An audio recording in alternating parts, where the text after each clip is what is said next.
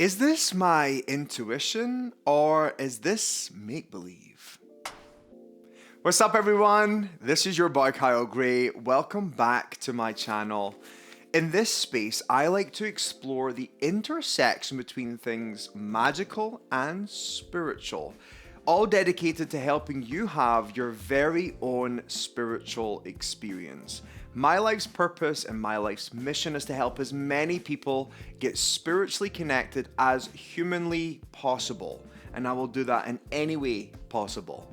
One of the biggest questions that I get asked all the time is, how do I know the difference between my intuition and my ego? How do I know this is not me just making this up?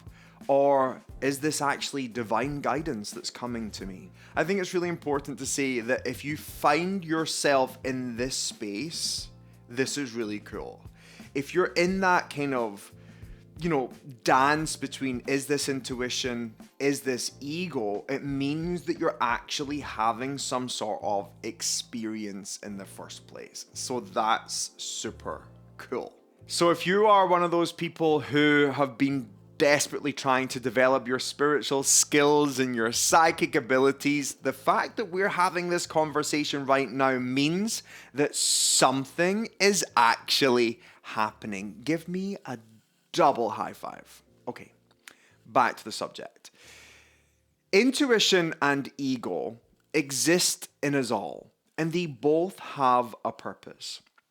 I think that a lot of us hear about the ego, and the instant thing is we want to destroy it. Now, I think it's really important to say that destroying the ego is actually an Indo-Tibetan concept, an Eastern idea that has come from ascetics to the West. And I think a lot of people who are householders are trying to take this ascetic approach to destroying the ego. That's just not going to happen, especially if you want to have an individual identity with a keen fashion sense. Sidebar, if you don't know what an ascetic is, according to Google, characterized by severe self-discipline and abstention from all forms of indulgence, typically for religious reasons. An ascetic life of prayer, fasting, and manual labor. So an ascetic is, kind of like the wandering men of India, or someone who has chosen to live life as a monk, and they have renounced the material world. Those people have a chance of killing their ego and not allowing that ego to exist in their identity.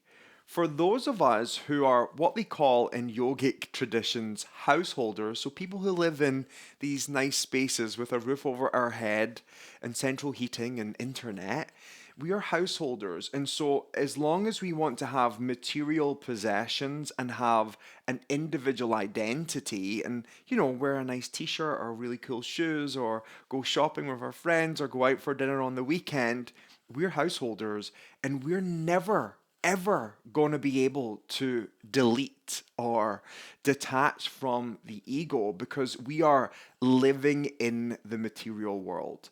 And when I studied Kundalini Yoga and meditation, my teacher Guru Singh, who is an amazing soul, he described the ego as the glue. And what I got from that was it's like what holds us in being human. And from my own personal experience, the ego's purpose is to give us the opportunity to decide. And the decision is really just about, am I going to allow the presence of love to lead the way? Or am I going to allow the presence of fear to lead the way? So I think it's important to say that within different forms of psychology, the ego can have a different kind of interpretation. For me, the ego is both the part of us that gives us this individual identity, but it's also the voice inside that runs this criticism and wants to create specialness, as in, look at me or you're not good enough. It's that same voice. And every time the ego speaks, it creates a certain feeling inside of us. And this is the key to differentiating between, is the voice of intuition doing the talking or is the ego doing the talking? So when the ego gets loud and obnoxious, and I kind of like to imagine it like that woman Karen from Will and Grace, if you've ever seen the TV show. And no offense to anyone that's called Karen, by the way. She's just like obnoxious. She's always got a glass of wine in her hand, and she's quick enough to tell Grace that she's fat when Grace is anything of the sort. So it's just that voice of judgment and doubt, and it also just kind of wants to knock you down a few pegs. But it's also the voice that can kind of convince us that something is going to happen, good or bad. So here's the way to know. If your ego is doing the talking, usually you will feel anxious, upset, or the outcome of what you're hearing is based on the future tense. The ego always has a promise, and it's something like this. If you don't do this, something bad is going to happen to you. Or if you do this coaching course that's $10,000 and start your business next Monday, you're going to be a millionaire before December. That's a promise, right? So if you don't do this, something bad is going to happen. Or if you do this, you're going to be rich and famous.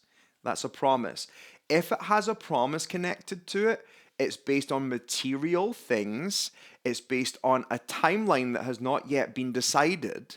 And therefore, is your ego that's doing the talking. Or if you feel apprehensive, anxious, and overwhelmed, it's your ego that's doing the talking. Let's jump over to intuition. Intuition is ultimately the voice of spirit. Spirit is that omnipresent intelligence that exists in all beings and in all living things. And this intelligence is available to us all as long as we are willing to listen. And the intuition has no desired outcome. It just is and is accepting of everything that is and ever will be. Even if it relates to feeling at loss, because the intuition knows that nothing is lost in the mind of the creator. Even if that means being disembodied, it knows everything is always ultimately going to be one. And so when the intuition comes in, it has a purpose in helping us live a more purposeful life and to live it in a more intentional way. And the intuition will come in such a way where if you do this, great, and if you don't, that's also okay. So when the intuition speaks, it's often quiet, but the most important thing is when it speaks, we will feel cool, calm, and collected. The intuition is the voice that brings in the information of your angels, of your guides, of your ancestors. But it should not be confused with your instincts, because instinct is something completely different. Instinct is your animalistic, primal survival self. And instinct also always includes all of your conditioning and the conditioning of your family system. So if someone says trust your instincts, they're also saying trust in your overreactive parents, or trust in your, super angry grandfather, because that's all the stuff that is kind of coming through your family system that you inherit when you are born. So the intuition and the instincts are two completely different things. The intuition is the voice of spirit that exists within us all. And when it speaks, we will feel cool, calm, and collected, even if we're in a life or death situation. I've heard of people being carjacked and this voice telling them very softly, very quietly to do this and do that. And when they follow the steps and when they hear the information, they feel so calm and collected and they do it, and it leads them to a positive outcome. The intuition won't say, do this and you'll live. It just says, do this, gives you a choice. And if you do it, it will lead you to the outcome that has, positivity connected to it. Whereas the ego says, if you don't do this, you're going to die. That's how we know. It's always got this promise. The intuition doesn't have a promise. It just gives you the step and the next step and the next step. It never shows you the final outcome. So the best way for you to know the difference between if your intuition or your ego is doing the talking is checking in with how you feel. If you feel cool and calm, it's your intuition. If you feel overwhelmed and anxious, it's your ego. When you first receive a download, it's based on that. So if you feel calm when you heard the information and then afterwards you start going, was that my intuition? That's your ego trying to talk you off the ledge, you know?